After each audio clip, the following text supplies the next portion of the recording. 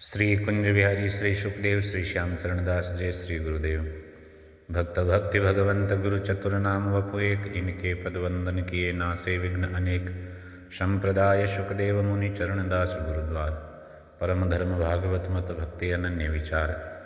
श्री भक्तमाल चरित्र श्रृंखला में हम श्री जुगल माधुरी शरण जी महाराज का चरित्र पिछले अंक में प्रारंभ किए और हमने यह सुना पीछे कि श्री जुगल माधुरी शरण जी महाराज कृष्ण भक्ति के साथ साथ गुरु भक्ति में भी बड़े ऊंचे स्तर के दीवाने मस्ताने थे, साक्षात गुरु भक्ति की मूर्ति थे।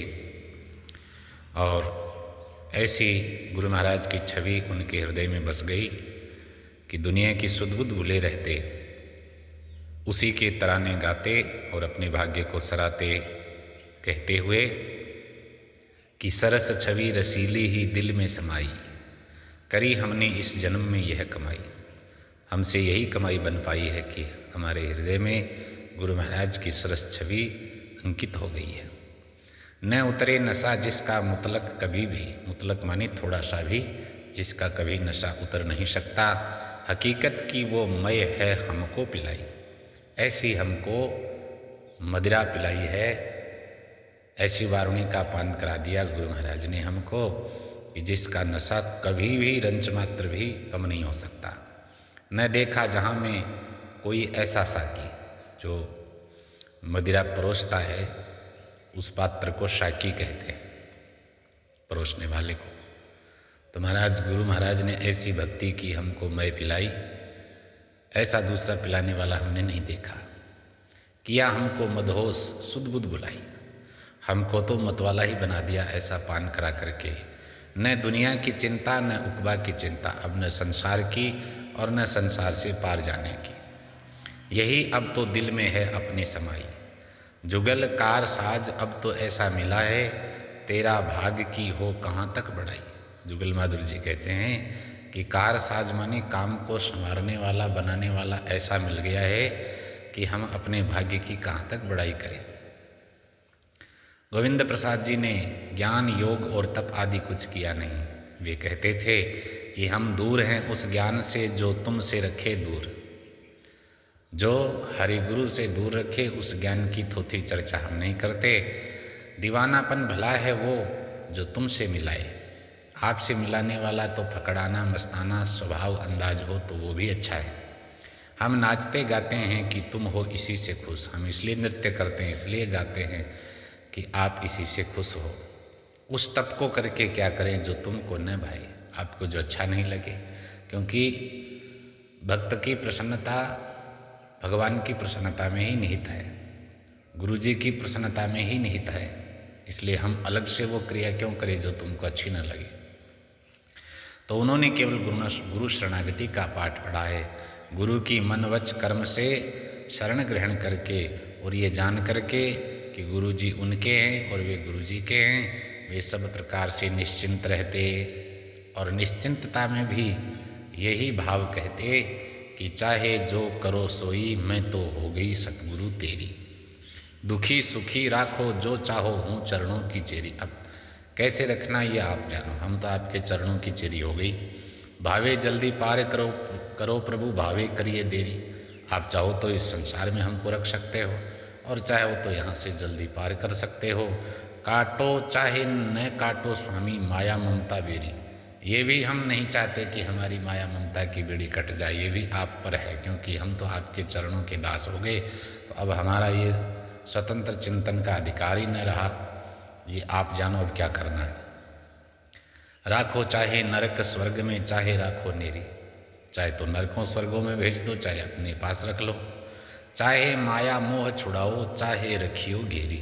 माया ममता से छुड़ा दो या उनसे गिरा करके रख दो हमको। चाहे आवागमन छुटाओ, चाहे भेजो फेरी। संसार से आवागमन से मुक्त भी कर सकते हो, और नहीं तो वापस इस चक्र में हमको डाल सकते हो। दर्शन नित्य ही देते रहियो, दूर रहूं या नेरी। बस इतना ही चाहते हैं, कहीं भी भेजो कहीं भी रखो, लेकिन आपके नित्य प्रति दर्शन होते रहें। प्रेम प्रीत सतगुरु चरणन में दिन दिन अधिक बढ़ेरी। यही चाहते हैं कि आपके चरण अरविंद में हमारी प्रीति बढ़ती रहे।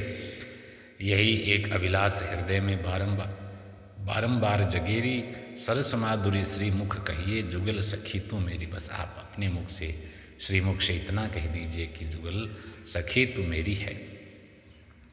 गुरु शरणागति के बल पर गोविंद प्रसाद जी एक बड़े परिवार का बोझा ढोते हुए भी नाचते गाते मृत्यु के सिर पर पैर रख करके संसार से पार हो गए और उस परम गति को प्राप्त करके धन्य हुए जो बड़े बड़े ऋषि मुनियों को भी दुर्लभ है।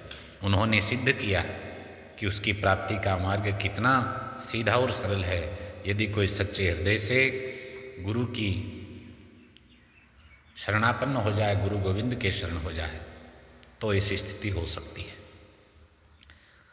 गोविंद प्रसाद जी का जन्म संवत 1945 भाद्र कृष्ण द्वादश 12 को जयपुर में कायस्थ कुल में हुआ। पिताजी श्री हरदेव प्रसाद जी श्रीवास्तव जयपुर में जज थे। वे हिंदी, उर्दू, फारसी के अच्छे विद्वान और कवि थे, साथ साथ बड़े भक्त भी थे।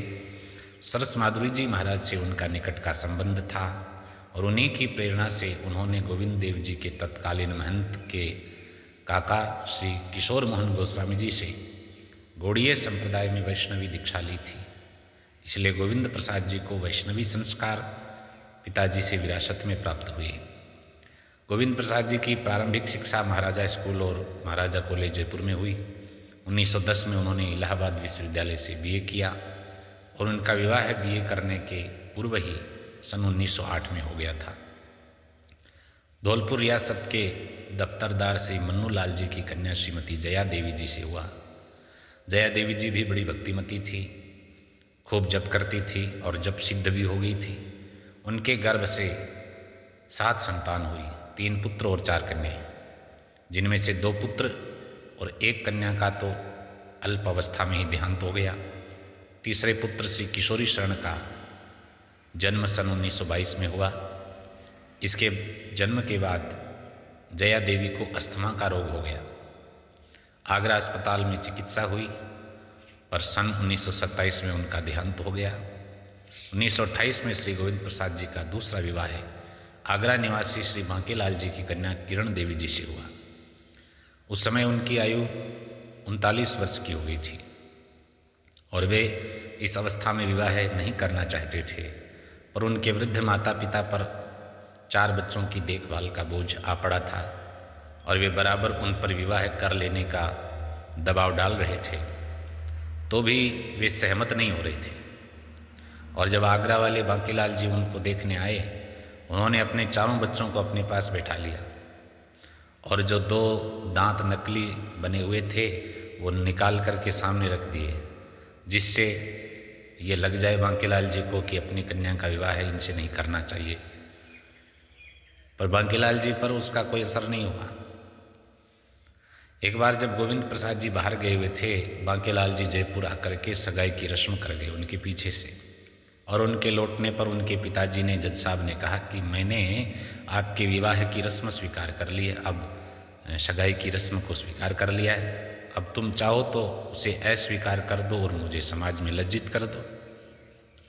अब गोविंद प्रसाद जी क्या करते, उनको विवाह करना पड़ा और इस विवाह से उनके 4 पुत्र और 2 कन्याएं हुई। बीए करने के बाद गोविंद प्रसाद जी की प्रारंभिक नियुक्ति जयपुर राज्य के तत्कालीन प्रधानमंत्री नवाब सर फयाज अली के प्राइवेट सेक्रेटरी के पद पर हुई। उसके पश्चात वे कुछ दिन खेतड़ी के राजकीय हाई स्कूल में सहायक प्रधानाध्यापक रहे, रामगढ़ मिडिल स्कूल में हेडमास्टर और महाराजा हाई स्कूल में असिस्टेंट हेडमास्टर रहे। बाद में महाराजा कॉलेज में ही अंग्रेजी के प्रोफेसर हो गए और इस पद पर 20-25 वर्ष कार्य करने के पश्चात सन 1946 में रिटायर हो गए और तभी से एक उच्च स्तर का उनका जो है आध्यात्मिक जीवन शुरू हो गया। वैसे तो आध्यात्मिक जीवन में उनका प्रवेश उसी समय हो जाता है जब उन्होंने होश संभाला, क्योंकि घर में या आस पड़ोस में जब कभी भी कोई कथा होती, भागवत की कथा होती, तो बड़े ध्यान से सुनते। ब्रज के महान भागवत वक्ता श्री हरिहर जी महाराज की कथा जयपुर में होती थी तो जयपुर में उनकी कथा में अवश्य वे पहुंचते थे और उनकी कथा के प्रभाव से भक्ति का अंकुर उनके हृदय में फूटने लगा। उनके मौसा जी थे श्री नारायण जी, वो राधा स्वामी मत के साधक थे। उनके भी प्रवचन सुनने गोविंद प्रसाद जी जाते थे। वे गुरु की आवश्यकता पर बहुत बल देते और गुरु महिमा का बड़ा सुंदर वर्णन करते थे प्रभावशाली ढंग से। तो उन्हीं के प्रवचनों के प्रभाव से गुरु भक्ति उनके जीवन का पहला और अंतिम लक्ष्य बन गई। उन्हीं के मुख से श्री श्यामचंद्र दास जी महाराज के पद सुने, उनके द्वारा रचित 108 भगवान नाम की माला का पाठ सुना, तब उनके हृदय में महाराज श्री चरणदास जी के प्रति अनन्य श्रद्धा भक्ति का उन्मेष हुआ और उनकी परंपरा में ही उन्होंने किसी योग्य संत से दीक्षा लेने का निश्चय किया। श्री नारायण जी ने सरस माधुर जी का पता बता करके उनका पथ प्रशस्त किया। दूसरे ही दिन वे दरीबा पान जयपुर में सरस कुंज में पहुंच गए उनकी सेवा में। उनके अकृत्रिम शुद्ध सरल मृदु मधुर और स्निग्ध स्वभाव से इतना प्रभावित हुए कि पहले ही दर्शन में वे उनके हाथ बिक गए और उस सन 1911 में उनसे दीक्षा ग्रहण करके धन्य हुए। दीक्षा के बाद में उनका नाम रखा श्री जुगल माधुरी शरण जी। जय जय श्री सुखदेव।